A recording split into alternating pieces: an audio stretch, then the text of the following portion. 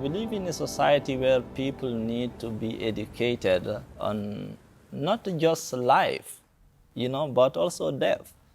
My name is Abdullah Barry. I'm a chaplain. I have been doing that work for the past 10 years in different hospitals, offering support to people in time of crisis, the time they need support the most. I ask patients sometimes, it sounds like you are afraid of dying. They will tell you, yes, I'm scared of dying. What makes you scared of dying? They will tell you. Maybe it is what they are leaving behind. Maybe it's what they will face after death. The fear can be in between.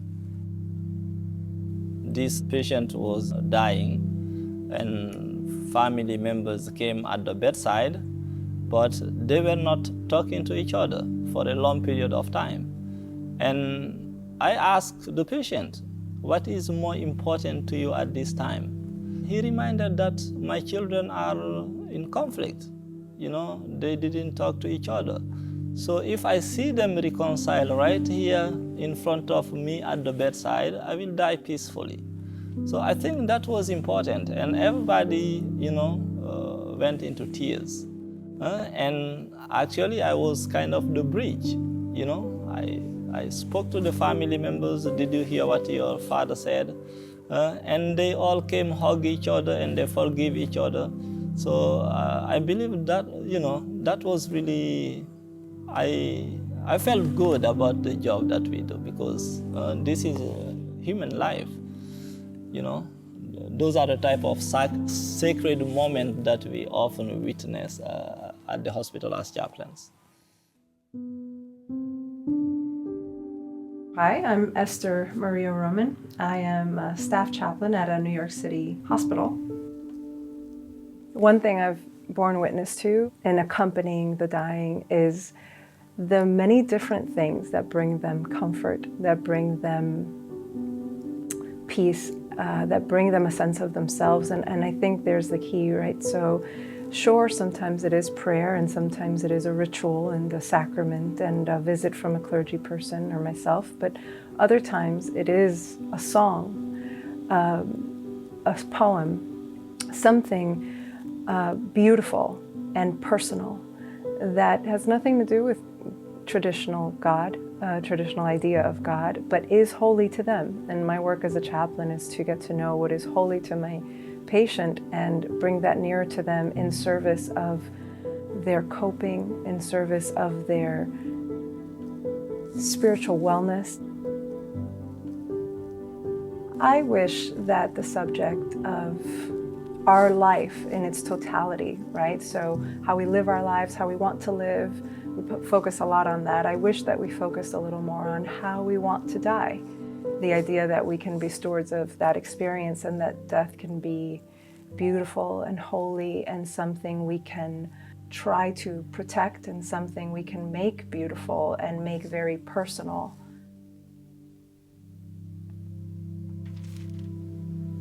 I'm TAHARA AKMAL, and I work as a hospital chaplain.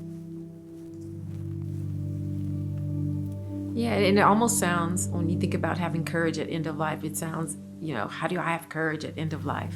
One of the things I think about, though, when you think about death, or your own death, or a loved one's death, if you start to think about it in advance, you can plan and create something very meaningful for that moment. So let's have the conversation.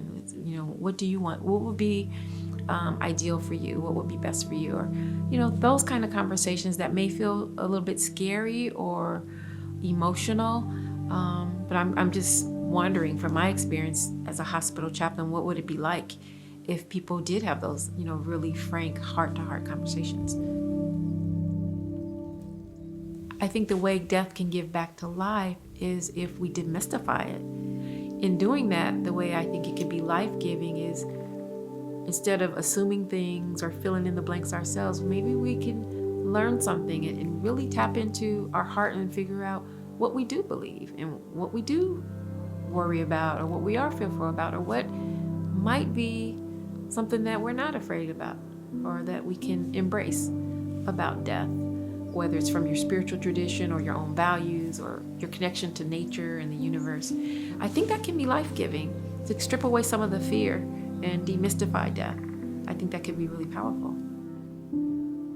At the end of life, sometimes what we do is even teach family members what to do, because many people, they never witness one of their family members dying.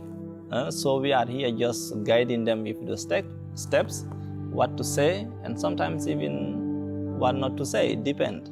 You know, reminding them those statements. Okay, tell him, I love you, I forgive you, thank you for all what you have done for me. You know, that is comforting for the one who is dying to hear those statements. And also it is also to remind that person who is dying to turn back to their family, I also thank you for all what you have done for me.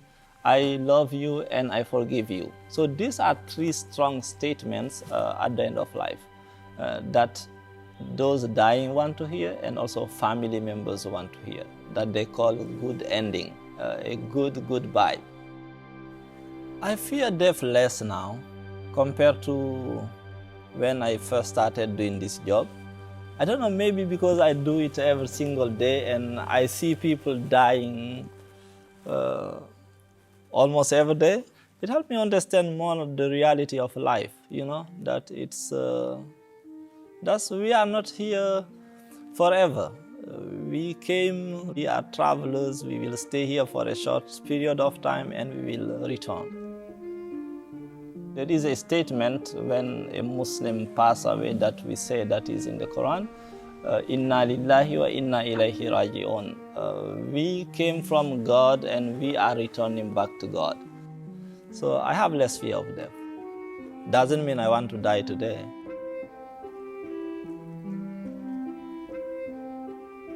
I think we avoid the topic of death and dying because even though, of course, it can be beautiful and holy even, there is tragedy, there is sadness, there is loss.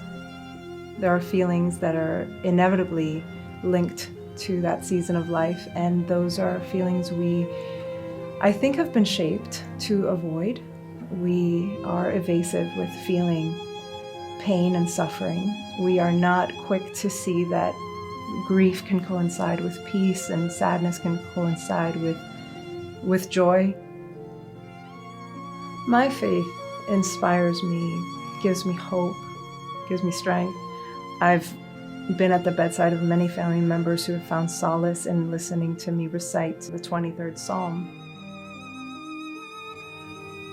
Yea, though I walk through the valley of the shadow of death, I will fear no evil, for thou art with me.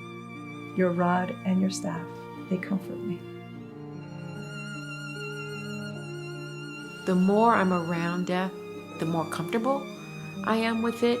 And I think my life experiences have been a blessing with the patients, because almost with each experience, it solidifies this idea that we're all connected. We may be different races, from different cultures, from different parts of the country, but on the inside, if we strip away the outside, our bodies function the same. We all come into the world the same, we all leave the world the same.